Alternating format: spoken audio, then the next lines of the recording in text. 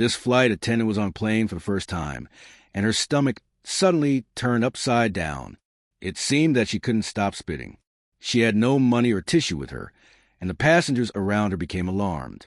One woman quickly asked her daughter to hide behind her back. The flight attendant continued vomiting uncontrollably.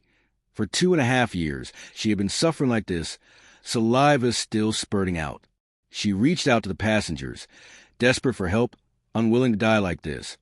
But it was already too late. When she should turn around, she saw something far more terrifying. A group of men, all bleeding from their eyes, crying endlessly.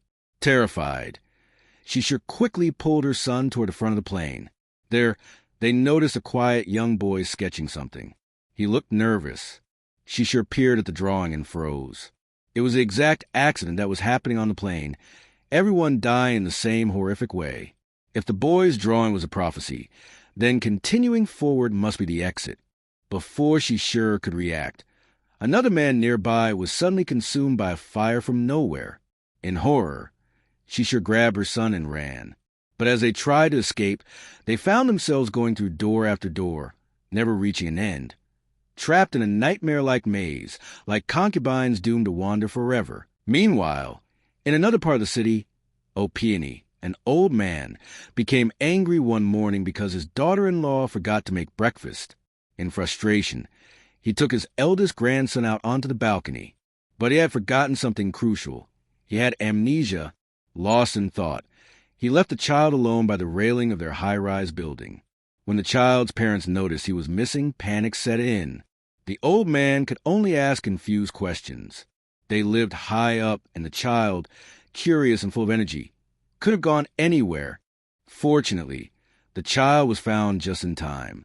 But the incident made the family realize the danger. The old man was like a ticking time bomb.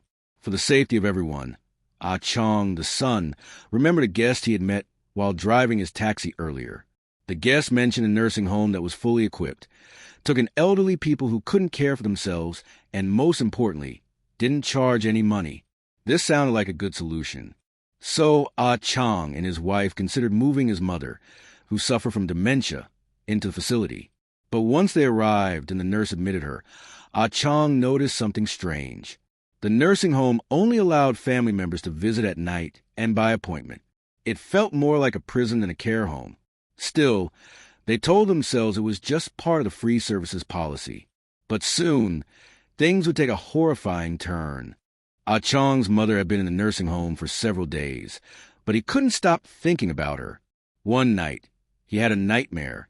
He opened a door in the facility and saw his mother's body, dismembered and crying out, "Why did you abandon me?" He woke up drenched in sweat. Troubled by the dream, Ah Chong decided to visit the nursing home immediately. But when he arrived, the entire place was silent. There wasn't a single person in sight. It looked exactly like it had in his dream. Uneasy, he followed the path from memory and found his mother's room. Just as he reached for the doorknob, he heard faint noises from another corridor. Curious, he followed the sounds and stumbled upon something even stranger. A group of young people were gathered inside a room, laughing and chatting.